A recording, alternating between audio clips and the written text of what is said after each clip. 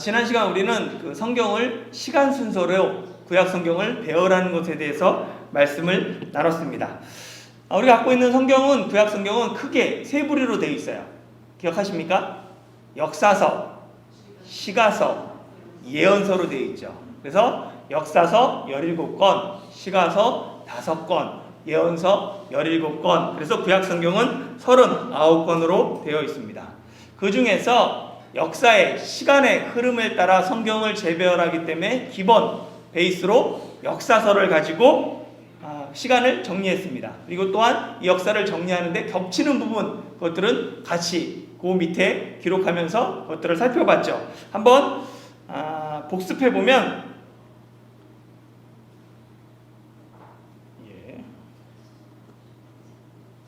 역사 순서에 따른 구약 성경 배열 기억하십니까? 맨 처음에 시작이 뭐예요?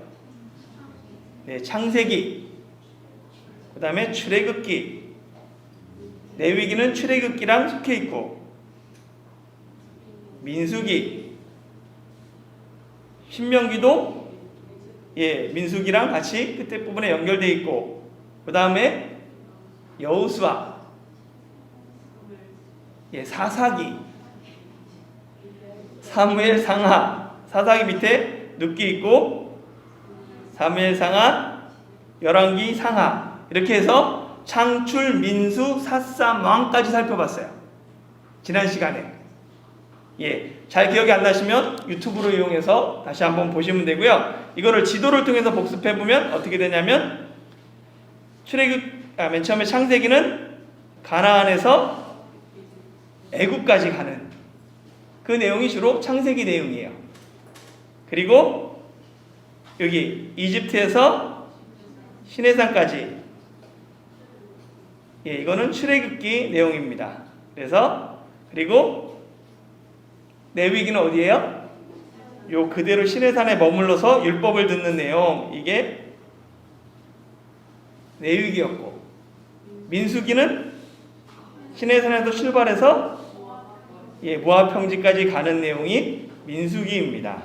그리고 마지막 모세오경 중에 신명기는 모압 평지에 머물러 있는 내용이죠. 그리고 그 다음 이어지는 여호수아, 사사기, 사무엘 상하, 열왕기 상하는 모두 다 이 가나안 땅에서 이루어지는 일들이었습니다. 그러니까 지도가 움직이지 않고 계속해서 이야기가 흘러가고, 마지막에 북이스라엘이 멸망하고 남유다가 멸망하면서 열왕기 하가 끝나요. 오늘은 북이스라엘의 멸망 이야기부터 시작하려고 합니다. 북이스라엘이 어디에 멸망합니까? 잘 모르지만 아수르에 멸망해요. 아수르가 어디 있냐면, 아수르가 여기 있습니다. 그래서 어디 있냐면, 이렇게 보면 유브라데가 있고, 여기 티그리스가 있으면 유브라데랑 티그리스 이렇게 상류 지역에 아수르라는 강대국이 있었어요. 그리고 아수르가 여기 북이스라엘과 남유다가 나눠지면 이 북이스라엘을 침공해가지고 점령합니다. 그리고 아수르는 주로 혼혈 전책을 사용해요. 그래서 북이스라엘 사람들을 잡아다가 자기네 나라로, 지역으로 훑고, 이 지역 사람들을 또 북이스라엘로 결혼시키는 거예요. 그래가지고 나중에 봤더니 신약시대에 이 사람들이 누구냐면 사마리아인이 됩니다. 그리고 보면 그 북이스라엘은 멸망하지만 남유다는 어디에 멸망하냐면, 남유다는 바벨론에 멸망해요. 그러니까 나라가 다르죠. 근데 바벨론은 어디 있냐면 여기 있습니다. 그러니까 똑같이 유브라데랑 티그리스 하류 지역에 갈대아라는 곳에 바벨론이 있는 거예요. 같은 아수르나 바벨론은 메소포타미아 문명에 있는 족속들입니다. 그래서 이 바벨론에 멸망했다는 건 뭐냐면, 바벨론이 아수르를 무찔렀다는 거예요. 그래가지고 보면은 이 북이스라엘이 멸망을 주전 721년 북이스라엘이 아수르에 멸망할 때, 그때 남유다는 계속해서 역사가 펼쳐지는 거예요. 그래서 130년 정도 더 펼쳐집니다. 그래서 그때 보면 이 멸망한 후에도, 그때 멸망할 때 남유다 왕은 히스기야였어요. 그 후로 므낫세, 아몬, 요시야, 여호아스, 여호야김, 긴 히드기야까지 이어지는 거예요. 그래서 히드기야 때 남유다가 멸망하게 됩니다. 이 이야기가 약간 복잡해요. 그런데 이 이야기를 알아야지 열왕기 상하 이야기를 알고 하 이야기를 알고 역대 상하 에스라 느헤미야까지 이어지는 이야기를 알게 되는 거예요. 그래서 약간 복잡한데 한번 같이 살펴보도록 하겠습니다. 보면 그 남유다의 멸망은 결국 세계사의 4대 문명의 충돌하고 관련이 있어요. 그래서 이쪽에 있는 메소포타미아 문명하고 여기 이집트 나일강에 있는 나일강 문명, 이집트 문명 두 문명이 충돌하는데 그 중간에 뭐가 있냐면 가나안 땅이 있는 거예요. 이스라엘이 있는 거예요. 그러다 보니까 예전부터 애굽에 강성할 때는 애굽 땅이 이만큼 통치를 했어요. 그러니까 애굽의 영역이었어요. 그러다가 아수르가 여기를 먹고 침공한 거죠. 예전에는 그래서 애굽한테 조공을 바쳤는데 이게 침공해가지고 북이스라엘까지 침공한 거예요. 이때가 히스기야 때인 거죠. 그런데 남유다도 당연히 침공해서 먹으려고 그랬죠. 그때 하나님께서 극적으로 히스기야한테 은혜를 베푸십니다. 히스기야가 여호와의 성전에 가서 하나님께만 기도했을 때 하나님께서 응답하심으로 말미암아 아수르가 물러나요. 그리고 침공했던 사네립이 죽습니다. 그리고 아수르는 계속해서 여기 므낫세 아몬까지 계속해서 여기를 침공하고자 해요. 그런데 그때 이 아수르가 오랫동안 강자였는데 밑에서 갑자기 갈대아, 요 밑에서 바벨론이라는 신흥 강국이 나타나는 거예요. 신바벨론이라고 얘기하는데 이 바벨론이 일어나더니 아수르를 무찌르기 시작해요. 그래서 아수르가 계속해서 밀립니다. 밀려가지고 수도도 니느웨도 함락당하고 계속해서 밀려서 이 갈그미스까지 밀려와요. 그래서 보면 여기가 이집트가 있고 여기 갈그미스가 있습니다. 그래서 갈그미스까지 밀려와요. 그러다 보니까 이 북방 이 민족들이 혼란한 틈을 타서 이집트는 남방의 강자였잖아요. 그래서 다시 여기를 침공하고자 하는 거예요. 다시 자기네 땅으로 먹고 싶습니다. 그래가지고 혼란한 틈을 빌어가지고 어떻게 하냐면 다시 군대를 보내는 거예요. 그래가지고 이 갈그미스에 아수르가 마지막 진치고 있으니까 동맹을 맺고 바벨론 침공에 같이 막아주겠다 하면서 이집트 바로 느고가 출병을 해요. 군대를 데리고 이 갈그미스로 쭉 갑니다. 그때 이 아수르의 반감을 가지고 있었던 이 요시아가 계속해서 아수르를 괴롭혔잖아요. 그런데 이 애굽의 바로 느고가 도와주러 가니까 이건 안 되겠다 하면서 이거를 막아섭니다. 그래서 이 무깃도라는 곳에서 무깃도라고 있는데 이게 북이스라엘 땅입니다. 여기까지 올라가서 요시아가 이걸 막았어요. 그래서 이 전투를 하는데 결국 이집트한테 집니다. 그래서 요시아가 여기서 전쟁에서 죽고 말아요. 갑자기 하루아침에 그래도 요시아는 좋은 왕이었거든요. 죄송합니다. 요시아는 좋은 왕이었는데 하루아침에 죽고 마는 거예요. 그러다 보니까 백성들이 요시아의 아들을 왕으로 세웁니다. 그 사람이 여호아하스예요. 그리고 왕을 세웠어요. 그리고 이집트는 계속해서 갈그미스로 가야 되는 거죠. 여기서 이기고 갈그미스로 갔어요. 여기서 그래서 바벨론하고 붙습니다. 아수르랑 연합해서. 그런데 무승부라라는 얘기도 있고 바벨론이 이겼다라는 얘기도 있어요. 하여튼 여기서 싸웠는데 결국 전투가 끝나고 다시 이집트로 돌아가는 거예요. 근데 돌아가는 길에 봤더니 여기에 여호아하스가 왕으로 있는 거예요. 백성들이 세운 왕이.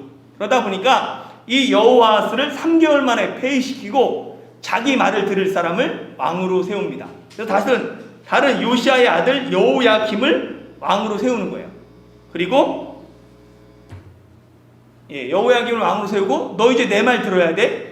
우리한테 조공 바쳐야 돼. 이러고 이집트로 돌아갑니다. 그래서 이렇게 이때부터 이때부터 남유다는 이집트의 내정 간섭을 받게 돼요. 약간 영향력이 이렇게 있었던 거죠. 요 북쪽은 애매하게 남아 있었고 그러다가 4년 후에 주전 605년에 다시 이집트의 바로 느고가 이 갈그미스로 다시 군대를 파병시킵니다. 여기 땅을 회복시키고 먹고자 하는 마음이 있었기 때문에 다시 군대를 파병시켜요. 이게 유명한 갈그미스 전투입니다. 그래서 고대 역사에 영향력을 끼쳤던 많은 전투 중에 하나가 이 갈그미스 전투예요. 이때 바벨론은 이제 아수르는 무너졌고 바벨론이 여기 다스리고 있었는데 바벨론의 첫 번째 나보폴리살이었던 때는 무승부 비슷했는데 그 아들인 이제 느부갓네살이랑 바로 느고랑 같이 전쟁을 하게 돼요. 갈그미스에서. 그때 누가 이겼냐면 성경에도 나와 있는 느부갓네살이 승리하게 됩니다. 그래서 이제 패권이 여기 근동지역의 패권이 바벨론으로 넘어가는 거예요. 그래서 느부갓네살이 여기서 승리하니까 이제 이집트가 다시 돌아갑니다. 이집트로. 그럴 때 이제 느부갓네살이 위에서 쫓아오는 거예요. 천천히 쫓아오면서 그러니까 그 지역들을 점령하면서 내려오게 돼요. 이 모습을 남유다의 여호야김이 지켜보고 있는 거예요. 소식을. 그 갈등하는 거죠. 지금까지는 애굽에다가 나를 자기 왕 세운 사람이 애굽의 바로 느고였기 때문에 애굽의 조공을 드렸는데 어떻게 해야 되나? 계속해서 친애굽을 해야 되나? 아니면 친바벨론을 해야 되거나 이러면서 갈등하게 됩니다. 그때 이제 느부갓네살이 요 남유다까지 내려와요. 그리고 여호야김한테 얘기하죠. 이제 너희는 우리한테 조공을 바쳐. 그리고 애굽이랑 친하게 지내지 마. 그랬더니 알았다고 그랬어요. 그 앞에. 그리고 돌아갑니다. 느부갓네살이 애굽까지 갔다가 땅에 들어갔다가 돌아가요. 그랬대 이때가 605년이라 했잖아요. 주전 갈그미스 전투. 돌아갈 때 그냥 돌아가는 게 아니라 너희가 내 말 잘 들어야 돼 하면서 왕족들, 귀족들을 잡아갑니다. 그때 잡혀갔던 사람이 1차 바벨론 포로가 되는 거죠. 누구냐면 다니엘이 이때 잡혀가요. 그래서 다니엘이 바벨론으로 잡혀갑니다. 그게 605년이 돼요. 그런데 이제 잡혀갔을 때 보니까 여호야김 생각할 때 이집트는 예전부터 강자였어요. 그런데 북방의 강자는 아수르였거든요. 그러다가 새롭게 바벨론이 일어난 거잖아요. 신흥국이에요. 그러다 보니까 내가 지금 바벨론에 하는 게 맞나? 막 갈등하게 됩니다. 그러다가 애굽이 예전부터 강자였으니까 애굽으로 다시 방향을 트는 거예요. 그때 선지자가 신애굽을 하지 말고 신바벨론 하는 게 하나님의 뜻이다라고 외쳤던 선지자가 있어요. 그 사람이 예레미야입니다. 그래서 예레미야는 매국노 소리 들으면서도 이게 하나님의 뜻이다 계속 얘기를 해요.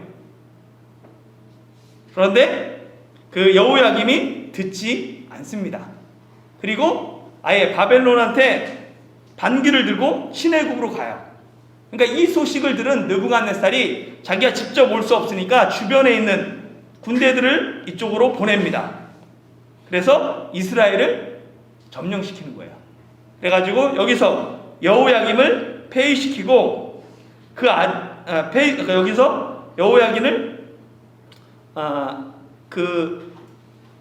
죽이죠. 그래서 전투에서. 그러니까 백성들이 여호야김이 죽으니까 그 아들 여호야킨을 왕으로 세워요. 그래서 이제 다시 바벨론 영향력에 들어갔습니다. 그러다가 마지막에 또 다시 주전 597년에 느부갓네살이 직접 쳐들어와요. 애국까지 가려는 마음으로 직접 군대를 이끌고 쳐들어와서 여기를 다시 점령해버립니다. 그러면서 그때 백성들이 세운 여호야긴을 대신해서 히드기야를 세워요. 히드기야는 요시야의 또 다른 아들이에요. 요시야의 아들이 여호아스, 여호야김, 히드기야인 거죠. 그래서 히드기야를 왕으로 세우고 이제 돌아가는 거예요. 돌아갈 때 사람들을 또 잡아가요. 너희 말 들어야 돼. 그래서 2차 포로가 되죠. 이때 잡혀간 사람이 에스겔이 되는 거예요. 그래서 에스겔 선지자가 이때 포로로 끌려가게 됩니다. 그러니까 이 다니엘은 여호야김 시대예요. 끌려간 거예요. 그리고 여호야김을 폐위시키고 히드기야를 세웠을 때 에스겔이 끌려가는 거죠. 그러니까 이때는 주전 605년, 이때는 597년입니다. 그리고 얼마 후에 10년 후에 587년에 남유다가 아예 바벨론에 멸망하고 성전이 파괴되면서 또 다른 사람들이 끌려가요. 대부분 사람들이. 이때가 3차 포로로 바벨론에 완전 멸망하게 되는 거예요. 근데 보면 바벨론에 포로로 끌려간지 다니엘이 605년이잖아요. 605년이니까 끌려간지 한 70년, 정확하게는 70년이 안 되는데 그쯤 지났을 때 538년, 주전 538년에 이 바벨론이 메대와 파사, 그러니까 그 페르시아 연합군에 의해서 점령당합니다. 그래서 이제 페르시아가 여기를 다스리게 되는 거예요. 바벨론을. 그러면서 이 페르시아의 왕이었던 고레스가 칙령을 내려요. 바벨론에 끌려왔던 모든 포로들은 자기의 나라로 돌아갈 수 있도록 그 칙령을 내리고 포로들을 다 귀환시킵니다. 그래서 이스라엘에서 잡혀왔던 그 사람들 중에서 많은 사람들이 돌아가요. 그때 돌아갈 때 지도자가 수룹바벨과 예수와 여호수아입니다. 우리가 잘 알려진 것처럼 그 1차 포로로 귀환한 사람들이 맨 처음에 해야 되는 일이 뭐였냐면 성전을 재건하는 일이었어요. 무너진 성전, 자신의 민족의 정체성과 하나님의 임재를 상징했던 그 성전이 무너지니까 이제 이것들을 재건해요. 그런데 이것들을 재건하려고 그러니까 주변에 사마리아 사람들 그리고 주변의 다른 민족들이 이걸 방해합니다. 그래서 짓다가 중간에 멈춰버려요. 그리고 시간이 흘러갑니다. 이 중단된 성전을 다시 지어야 된다라고 외쳤던 두 명의 선지자가 있어요. 학개랑 스가랴. 그 사람들이 일어나서 하나님의 뜻은 무너진 성전을 다시 짓는 겁니다 라고 외침으로 말미암아 결국은 516년에 성전이 완성됩니다. 재건돼요. 그리고 시간이 흘러서 어떻게 보면 이 다니엘, 에스겔은 그 시대는 어떤 시대였냐면 바벨론 시대였죠. 그러면 학개, 스가랴 이때는 누구 시대예요? 페르시아 시대입니다. 그러니까 시대가 다른 거예요. 선지자들이 활동했던. 그리고 시간이 흘러서 바벨론 포로로 잡혀간 사람들 중에 귀환한 사람들도 있지만 남아있는 사람들도 있었어요. 그 중에 후손 중에 한 여자아이가 태어나는데 이 여자아이가 에스더예요. 페르시아의 왕비가 되죠. 에스더는 성전 재건이 끝난 이후에 일어난 사건입니다. 페르시아에서 일어난 사건이고, 그리고 그 남자아이뿐만 아니라 또 여자아이뿐만 아니라 남자아이가 태어나요. 그 아이가 에스라입니다. 보면은 에스라는 사실은 그 주전 587년에 그 남유다가 완전히 멸망했는데 그 다음엔 100년 후에 태어난 사람이에요. 그러니까 자신의 민족의 정체성을 잘 몰랐어요. 그래서 고민하게 됩니다. 그러니까 내가 어떤 사람이지 했더니 자기가 시브리 사람이래요. 부모님들이. 그리고 예전 선두 중에 포로로 잡혀왔대요. 그러다 보니까 이것들을 보면서 자기의 민족의 정체성, 자기의 정체성에 대해서 깊게 고민합니다. 그러면서 하나님의 말씀 모세오경을 연구하기 시작해요. 그 말씀을 학자로서 계속해서 연구했던 사람이 에스라입니다. 그래서 에스라는 458년에 귀환하게 돼요. 이게 2차 포로 귀환이 됩니다. 그래서 보면 1차 때 수룹바벨과 여호수아가 귀국했어요. 그리고 학개와 스가랴가 성전 재건을 완성했죠. 그리고 에스라가 그 다음에 거의 80년 후에 귀환하는 거예요. 봤더니 에스라가 귀환해서 봤더니 성전은 재건돼 있어요. 그런데 백성들이 뭘 모르냐면 하나님의 말씀을 모르는 거예요. 왜 멸망했는지, 앞으로 어떻게 해야 되는지 이걸 전혀 모르는 거예요. 그래서 에스라가 그러니까 백성들에게 하나님의 말씀을 가르치는 거예요. 모세의 오경을 가르치고 선지서들을 가르치며 하나님의 말씀을 백성들에게 부지런하게 밝히게 됩니다. 그리고 보니까 에스라가 보니까 1차로 포로로 왔던 사람들 있잖아요. 그 그 역사가 정리가 안 된 거예요. 그래서 당신들이 언제 왔습니까? 누구랑 같이 왔습니까? 당신은 어느 지파 사람입니까? 이러면서 이 수룹바벨과 여호수아 이때 왔던 사람들의 명단을 정리해요. 그리고 이 성전 재건됐더니 어떤 사건들이 있었는지 이 역사를 또 다시 정리합니다. 자기가 봤던 건 아니에요. 경험했던 건 아니에요. 근데 그 윗세대들의 역사를 조사하는 거예요. 그리고 족보들을 조사해요. 그러면서 이것들을 정리하기 시작합니다. 그래서 낮에는 하나님의 말씀을 가르치고 저녁에는 사람들을 만나서 조사를 하는 거예요. 당신은 어느 집하고 언제 왔습니까? 그리고 어떻게 지금 살고 있습니까? 이런 것들을 다 조사하게 됩니다. 그래서 민족의 뿌리를 찾는 거예요. 그래서 그 뿌리를 계속해서 연결시켜요. 윗세대로. 당신은 어느 지파였죠? 그 다음에 선조는 누구였죠? 그 위는 누구였죠? 그 위는 누구였죠? 이러면서 계속해서 연결시켜서 어디까지 연결시키냐면 창세기까지 연결시키는 거예요. 그래가지고 보면 역대상 시작은 아담, 그 다음에 셋, 에노스 이런 식으로 족보에서 시작합니다. 노아, 아브라함 지나서 포로 귀환한 사람들까지 다 명단을 연결시키는 거예요. 그래서 어떤 일이 있었는지 그 역사들을 다시 이렇게 재조합하는 그러한 일을 하게 됩니다. 그래서 역대상하는 열왕기상하랑 비슷하지만 달라요. 역대상하는 족보 이야기예요. 족보로 시작합니다. 그래서 그 시작이 창세기부터 시작해서 어디냐면 페르시아 고레스의 칙령, 포로 귀환해라 여기서 끝나는 거예요. 열왕기상하는 남유다의 멸망에서 끝납니다. 그런데 멸망이 아닌 그 다음에 심화, 포로 귀환까지 다루는 게 역대상하입니다. 그래서 이걸 보면 에스라가 돌아와서 그 정리한 내용들, 이 윗세대 이야기들을 다 정리하고 7장 1절에 가서 드디어 그 중에 에스라라는 사람이 있었더라 하면서 자기 얘기를 해요. 7장 1절부터. 그래서 거기부터는 뭐냐면 에스라가 귀환했을 때의 이야기입니다. 그래서 이 에스라는 그 포로 이후의 이야기들을 기록하고 있는 거예요. 포로 귀환, 그리고 포로 어떤 일들이 있었는지, 그리고 원래 시브리 성경에서는 에스라와 느헤미야가 한 권입니다. 한 권으로 되어 있어요. 에스라 1서, 에스라 2서로 되어 있어요. 그렇기 때문에 에스라, 느헤미야, 그 다음에 역대상하를 붙여 있는 거죠. 그러면 이게 어떻게 되냐면 좀 어려운데 이 역대상하를 창세기부터 연결되어 있는 거예요. 창세기 족보부터 쭉 해서 족보로 그냥 이 역사를 요약한 겁니다.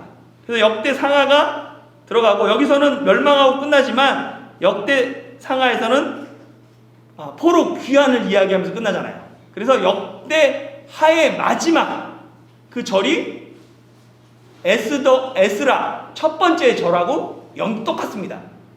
같은 책이기 때문에. 그래서 이렇게 되어 있어요. 그래서 보면 족보로 연결시켜가지고 에스라 다음에, 그러니까 열왕기 상하 다음에 에스라, 그리고 에스더 사건은 그 밑에 있고 느헤미야 이렇게 되어 있는데요. 이 역대 상하는 그래서 이 열왕기 상하 조금 밑에다가 쓰는 거예요. 그리고 주로 사실은 열왕기 상하에 보면 안 좋은 이야기가 많습니다. 왜냐하면 이때는 왜 이스라엘이 멸망했는지, 왜 남유다가 멸망했는지 그 멸망의 원인들을 역사에 써놨어요. 그러다 보니까 우리가 이렇게 했기 때문에 멸망한 거야. 그러니까 주로 북이스라엘 이야기 중심으로 안 좋은 이야기들이 되게 많습니다. 우상을 섬겼던 이야기들, 아마 이런 것들. 근데 역대 상하에는 그런 내용이 없어요. 북이스라엘 내용도 없고 관심도 없고 사울이 죽으면서 잠깐 분열된 이야기 쓰고 남유다 이야기만 씁니다.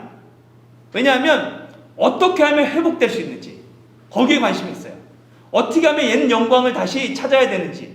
그래서 에스라가 좋은 얘기들만 씁니다. 왕의 우리가 이렇게 하면 다시 영광을 찾을 수 있어. 이렇게 하는 게 하나님의 뜻이야. 이런 걸 기록한 게 역대 상하가 되는 거예요. 그리고 열왕기 상하는 왜 멸망했는지, 멸망의 원인들을 썼다면 역대 상하는 회복에 대한 이야기를 씁니다. 그렇기 때문에 그 관점 자체가, 사관 자체가 아예 다르게 되죠. 그리고 이 족보가 쭉 이어져서 어디로 이어지냐면 신약의 마태복음으로 연결되는 거예요. 예수님의 족보로 연결되는 거죠. 그래서 예수님의 족보가 역대상하, 이 족보가 있었기 때문에 예수님의 족보가 연결되는 거예요. 창세기부터. 그래서 이렇게 되어 있습니다. 그리고 에스라, 느헤미야, 에스더, 이 사람들은 사람 이름이에요. 선지서들은 다 사람 이름이잖아요. 말라기만 빼놓고 다 사람 이름인데, 근데 이 사람들은 선지자가 아닙니다. 하나님의 말씀을 받은 게 아니라 역사를 기록한 거예요. 그래서 역사서에 들어갑니다. 그리고 이게 전체가 이제 구약 성경을 배열하면 이렇게 되는 거예요. 요거를 한번 기억해 주시고 다시 여기서 그 다음에 시가서, 예언서를 집어넣으면 되는 거예요. 보면은 시가서 5권은 어떻게 집어넣냐면, 욥기는 우리가 뒤에 있어서 잘 모르는데 그 시대가 족장 시대입니다. 아브라함 세대. 그래서 창세기에다 집어넣는 거예요. 그때와 같은 시대구나 라고 생각하면 되고요. 시편은 주로 다윗의 시편이 많기 때문에 다윗의 이야기가 중점적으로 되어 있는 사무엘 상하에 집어넣습니다. 그리고 잠언, 전도서, 아가는 주로 솔로몬의 잠언, 그리고 아가, 그리고 전도서이기 때문에 열왕기, 상, 솔로몬 이야기에 집어넣어요. 그러면 요것들을 집어넣으면 어떻게 되냐면, 욥기 어디다 집어넣는다고요? 창세기. 그래서 이거 역사서는 동그라미지만 그 성문서는 세모로 되어 있습니다. 그래서 보면 세모로 욥기를 창세기에 집어넣고, 시편은 어디다 집어넣는다고요? 사무엘 상하, 다윗 이야기. 그러니까 3에다가 시편을 집어넣습니다. 잠언, 전도, 아가는 열왕기, 상, 솔로몬 이야기로 집어넣습니다. 그래서 이렇게 하면 시가서 5권이 이 시대구나 라는 것을 알 수 있습니다. 그리고 원래 이게 간단하게 하는 거기 때문에 더 자세한 거는 그 다음 나중에 하는데요. 선지서 17권 끼워 넣을 때 보면 그 포로 시대, 우리 지금 가지고 있는 성경은 에스겔, 다니엘, 학개, 스가랴, 말라기 외 12권은 열왕기 하에다 다 집어넣습니다. 그래서 멸망 때까지 그 이야기들이 주로 열왕기 하에 담겨 있어요. 그리고 포로 시대도 우리가 지금 순서는 지금 성경에 갖고 있는 성경은 에스겔부터 되어 있지만, 실제로 보면 아까 보면 누가 먼저 잡혀갔다 그랬어요? 다니엘이 1차, 에스겔이 2차잖아요. 그래서 이 순서도 다니엘 1차, 에스겔 2차, 그 다음에 이때 아예 바벨론에 멸망하고, 학개, 스가랴는 뭐 했던 사람? 성전 재건. 그러니까 이미 시대가 깨지란 거죠. 이미 잡혀가고. 그다음에 말라기는 맨 마지막입니다. 그래서 보면 다니엘과 에스겔은 포로 초기 활동, 요 두 사람들은 그리고 바벨론 시대에 잡혀간 사람들. 그러다 보니까 역대하 끝부분에 끼워넣습니다.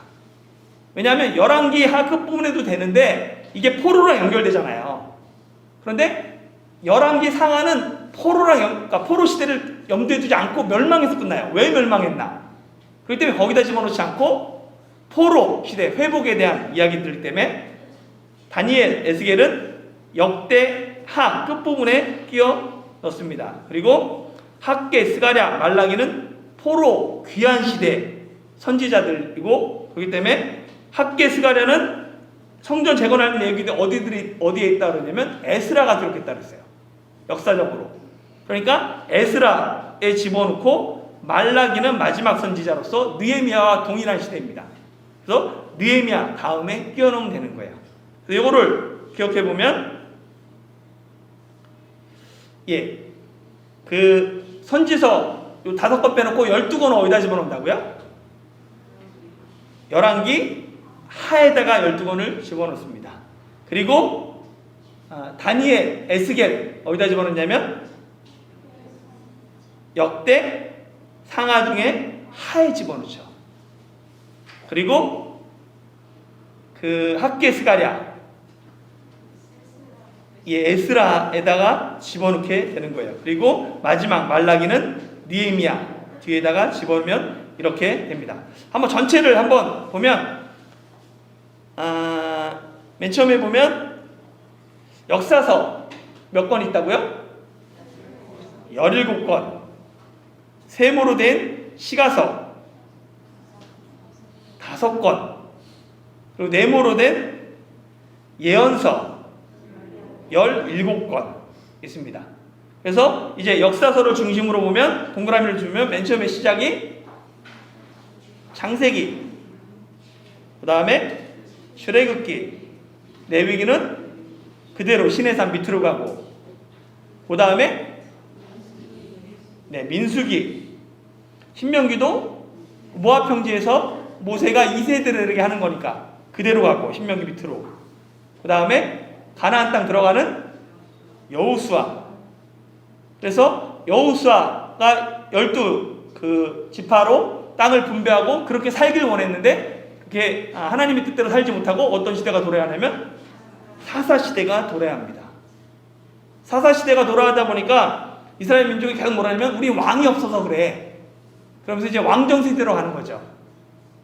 그래서 그 왕정시대가 누구냐면 사무엘을 통해서 가게 되는 거예요. 그래서 눕기는 뒤로 들어가고, 눕기가 여기 들어가는 이유는 사사기와 왕정시대를 연결해 주기 때문에 그래요. 눕기를 통해서 다윗을 통해서 연결하기 때문에 그렇게 되고요. 그래서 다윗 이야기가 주로 나오는 사무엘 상하가 됩니다. 그리고 사무엘 상하 다음에 열왕기 상에 가면 다윗이 죽고 누가 등장해요? 솔로몬 나오잖아요. 그래서 열왕의 이야기, 그 다음에 수많은 왕들의 이야기, 그래서 열왕기 상하가 되고 이때 멸망하게 되는 거죠. 그리고 똑같은 이 이야기를 시방으로 기록하고 역사를 새롭게 기록한 사람이 누구냐면 에스라를 통해서 역대 상하로 가는 거예요. 그래서 창세기부터 이어지는 족보로. 그 다음에 역대 상하에서 똑같은 이야기, 그 다음에 이야기가 어디로 연결된다 그랬어요? 에스라한테 연결되죠. 그리고 에스라 시대에 동일하게 활동했던 페르시아에 있었던 여자아이가 에스더가 되고, 그리고 그 다음에 에스라랑 동일한 권위 에스라 이서라고 불리는 느헤미야입니다. 예, 그래서 이렇게 되어 있어요. 그리고 시가서 5권 어디에 들어간다고요? 욥기 어디로 들어가요? 창세기, 시편, 사무엘 상하 다윗 시대, 잠언 전도 아가, 열왕기 상, 그리고 그 다음에 이제 예언서 12권 중에 5권 빼놓고 포로 시대랑 연결된 5권 빼놓고 12권은 열왕기 하에 들어가고, 그 다음에 포로로 잡혀간 바벨론 포로로 잡혀간 1차 포로 다니엘, 2차 포로 에스겔. 그럼 어디 들어가냐면 그 사람들은 역대하 그쪽에서 잡혀가니까. 그리고 돌아온 스룹바벨과 여호수아가 들어와서 성전을 재건하다가 중단됐어요. 그때 성전을 재건하는 게 하나님의 뜻이다라고 외쳤던 선지자들이 학개와 스가랴, 이게 기록한 이야기가 에스라가 기록하니까 학개 스가랴가 여기 들어가고, 마지막 남은 예언서, 마지막 구약성경 말라기는 느헤미야, 그 다음 얘기거든요. 그래서 이렇게 하면 전체가 그냥 기본적으로 이야기가 됩니다. 중요한 건 성경을 읽을 때 신약 성경은 그래도 요한계시록 빼고는 읽을만 해요. 대충 무슨 얘기인지 알겠어요. 근데 구약은 지명, 등장인물, 시대, 역사 복잡합니다. 그러다 읽다 보니까 포기하게 돼요. 비슷한 얘기들이 반복되니까. 레위기 통해서도 출애굽기에 있었던 내용이 반복되고, 신명기 통해서도 또 반복되는 것 같고, 그 다음에 이사야, 예레미야 무슨 선지자들이 무슨 말 하는지도 잘 모르겠고, 다른 막 민족들 막 예언하는데 무슨 얘기인지 잘 모르겠고, 시대상을 잘 모르다 보니까 반복되고 이러다 보니까 읽기가 어렵습니다. 그러나 이렇게 시간 순서대로 성경 목록을 재배열하면 그래도 한눈에 이게 이렇게 흐름이 가는구나 라고 들어오게 됩니다. 나름대로 성경 보는 눈이 생기죠. 그러면 조금 더 이전보다는 쉽게 읽을 수 있게 됩니다. 중요한 것은 성경을 읽는 거예요. 그렇기 때문에 이 성경 공부하는 게 아니라 성경을 읽는 겁니다. 2020년이 다가기 전에 꼭 성경을 일독하는 우리들이 되길 바랍니다.